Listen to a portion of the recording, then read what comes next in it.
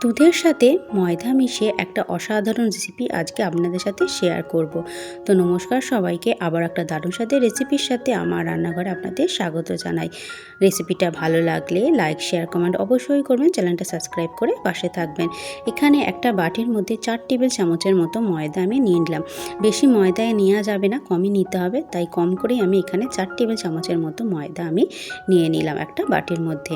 এবার একটা কড়া বসিয়ে দেবো, সেই কড়াতে দিয়ে দেবো ঘি। এখানে আমি 3 টেবিল চামচের মতো ঘি এখানে দিয়ে দেবো। ঘিটা দিয়ে ভালো করে একটু গরম করে নেব। ভালো করে কড়ার মধ্যে মাখিয়ে নিয়েছি। ঘিটা যখন একটু গরম হয়ে যাবে তখন যে ময়দাটা আমি রেখেছিলাম 4 টেবিল চামচের মতো ময়দা, সেটা এবার দিয়ে দেবো। দিয়ে ময়দাটাকে খুব ভালো করে ভাজবো। গ্যাসের ফ্লেমটা লো করে রাখবো, লো করে রেখেই ময়দাটাকে ভাজবো। ময়দাটা কিন্তু খুব ভালো করে ভাজতে হবে। ময়দাটা খুব ভালো করে ভাজলেই তবেই ভালো রেসিপিটা তৈরি হবে, নাহলে রেসিপিটা একদমই ভালো হবে না। তো অবশ্যই ময়দাটাকে ভালো করে ভাজতে হবে যাতে ময়দার কালারটা একদম চেঞ্জ হয়ে যায়। আর গ্যাসের ফ্লেমটা একদম লো করে রাখতে হবে। দেখতেই পাচ্ছেন ময়দাটাকে আমি কতক্ষণ ধরে ভেজেছি যে ময়দার কালারটা চেঞ্জ হয়ে গেছে। আরও কিছুক্ষণে ভাজবো, ভেজে একদম এর কালারটা চেঞ্জ করব। না করলে এই রেসিপিটা একদম ভালো হবে না, ঠিকঠাক তৈরি হবে না। তো ময়দাটাকে আরও কিছুক্ষণের জন্য ভেজে নিলাম। ময়দার কালারটা কিন্তু একদম চেঞ্জ হয়ে গেছে। দেখতেই পাচ্ছেন ময়দার কালারটা যেটা ছিল আসল কালার, সেই কালারটা থেকে একদম চেঞ্জ হয়ে গেছে। একদম লাল লাল করে ময়দাটাকে ভেজেছি, কিন্তু বেশি পোড়াইনি। দেখতেই পাচ্ছেন কীরকম ময়দাটাকে ভেজেছি। এবার এই ময়দাটাকে আলাদা জায়গায় তুলে রাখবো। এবার সেই কড়াইতে কিছুটা জল দিয়ে দিয়েছি। জল দিয়ে এবার এখানে দিয়ে দেবো 500 গ্রামের মতো দুধ। এখানে 500 গ্রামের মতো প্যাকেট দুধ এখানে দিয়ে দিলাম। দুধটা দিয়ে দুধটাকে একটু গরম করে নেব। দুধটাকে কড়াইয়ের মধ্যে বসিয়ে দিয়েছি, দিয়ে এবার হালকা একটু গরম করে নেব। দুধটা যখন একটু হালকা গরম হয়ে যাবে তখন এতে দিয়ে দেবো গুঁড়ো দুধ। বেশি গরম দুধে গুঁড়ো দুধ দিলে ডেলা পাকিয়ে যায়, কিন্তু হালকা গরম দুধে দিলে এই গুঁড়ো দুধ ডেলা পাকায় না। এখানে 2 টেবিল চামচের মতো গুঁড়ো দুধ দিয়ে দিলাম। দিয়ে ভালো করে এবার মিশিয়ে নেব। ভালো করে এবার এটাকে মিশিয়ে নিচ্ছি। দুধটা খুব ভালো করে মিশিয়ে নিয়ে ভালো করে এবার ফুটিয়ে নিচ্ছি। ফুটিয়ে দুধটাকে একদম ঘন করে নেব। এবার এতে দিয়ে দেবো চিনি। এখানে হাফ কাপের মতো চিনি আমি দিয়ে দিলাম। দিয়ে ভালো করে দুধটাকে এবার জাল দেবো। একদম জাল দিয়ে একটু ঘন করে নেব। আরও 10-15 মিনিটের মতো দুধটাকে এইভাবে লো টু মিডিয়ামে রেখে ভালো করে ফুটিয়ে ঘন করে নিয়েছি। দুধটা অনেকটাই কমে গেছে, দেখতেই পাচ্ছেন। এবার এতে আমি যে ময়দাটা ভেজে রেখেছিলাম সেটা দেবো, একটু একটু করে দেবো। আর ময়দাটা অবশ্যই ভালো করে ভাজতে হবে। আবারও বলছি, ভালো করে না ভাজলে এই রেসিপিটা একদমই তৈরি হবে না।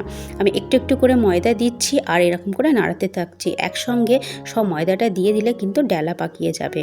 আর ময়দাটা অবশ্যই ভালোভাবে করে ভাজবেন।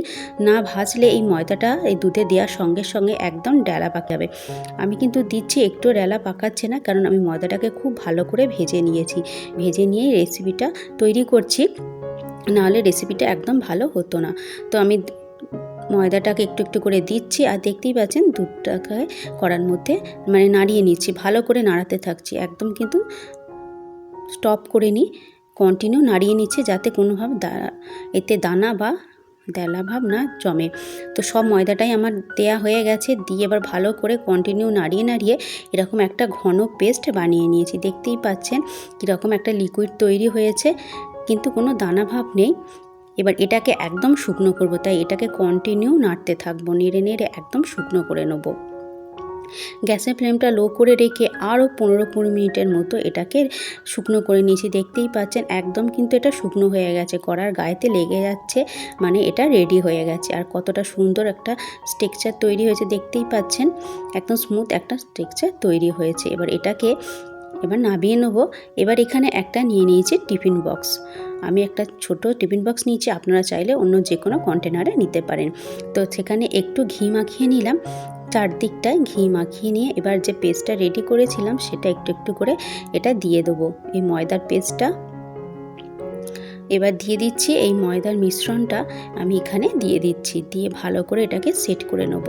খুব সুন্দর এই রেসিপিটা তৈরি হয়। ময়দাটাকে ভালো করে ভেজে নিয়ে এইভাবে তৈরি করলে কিন্তু রেসিপিটা অসাধারণ খেতে লাগে। তো একটু একটু করে আমি এই টিফিন বক্সের মধ্যে ভালো করে সেট করে দিচ্ছি। ময়দাটা কিন্তু অবশ্যই ভালো করে ভাজবেন, ভেজে রেসিপিটা তৈরি করবেন, না হলে রেসিপিটা কিন্তু একদম তৈরি হবে না। বারবার ভালো বলছি আমি। তো এটাকে ভালো করে ঢেলে নিয়েছি, ময়দার মিশ্রণটাকে নিয়ে এবার ভালো করে এটাকে একটু সেট করে দিচ্ছি। হাতের সাহায্যে একটু চেপে চেপে দেবো, দিয়ে ভালো করে সেট করে নেব। এবার উপর থেকে কিছুটা কুচনো বাদাম আমি দিয়ে দিচ্ছি, যাতে খেতে ভালো লাগবে।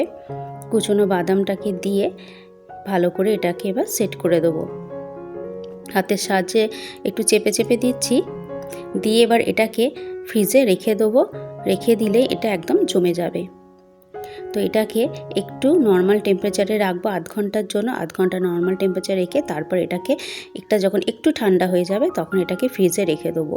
তো 3-4 ঘন্টার জন্য এটাকে ফ্রিজে রেখে দেওয়ার পর এটাকে এবার বার করে নিয়ে এসেছি। একদম এটা কিন্তু সেট হয়ে গেছে, খুব সুন্দর তৈরি হয়েছে। এবার প্লেটের মধ্যে এটাকে তুলবো, তাই ঢেলে নিচ্ছি প্লেটের মধ্যে, উল্টে নিচ্ছি। খুব সুন্দরভাবে এটা কিন্তু উঠে আসবে একদম। এটা কিন্তু দেখতেই পাচ্ছেন খুব সুন্দরভাবে উঠে এসছে। দেখতে পাচ্ছেন কত সুন্দর তৈরি হয়েছে, একটু কিন্তু এই বক্সের গায়ে লেগে নেই। এবার এটাকে আস্তে আস্তে উল্টে নেব। উল্টে নিয়ে এবার এটাকে ছোট ছোট টুকরো করে কেটে নেব। অসাধারণ তৈরি হয় কিন্তু এই রেসিপিটা, অবশ্যই ঘরে তৈরি করে খাবেন, অসাধারণ লাগবে খেতে। তো আমার এই রেসিপিটা কেমন লাগলো অবশ্যই কমেন্ট করে জানাবেন। ভালো লাগলে লাইক, শেয়ার, কমেন্ট, চ্যানেলটা অবশ্যই সাবস্ক্রাইব করবেন। আর আমার চ্যানেলে যদি নতুন বন্ধু হয়ে থাকেন অবশ্যই চ্যানেলটা সাবস্ক্রাইব করে আমার পাশে থাকবেন আরও নিত্য নতুন রান্নার রেসিপি পাওয়ার জন্য। দেখতেই পাচ্ছেন কত সুন্দর তৈরি হয়েছে এগুলো, আর খেতেও কিন্তু অসাধারণ হয় তো রেসিপিটা কেমন লাগলো অবশ্যই কমেন্ট করে জানাবেন। ভালো লাগলে চ্যানেলটা অবশ্যই সাবস্ক্রাইব করবেন। আবারও দেখা হচ্ছে অন্য কোনো একটা পরবর্তী ভিডিওতে নতুন কোনো একটা রেসিপির সাথে। ততক্ষণ সবাই ভালো থাকবেন, সুস্থ থাকবেন।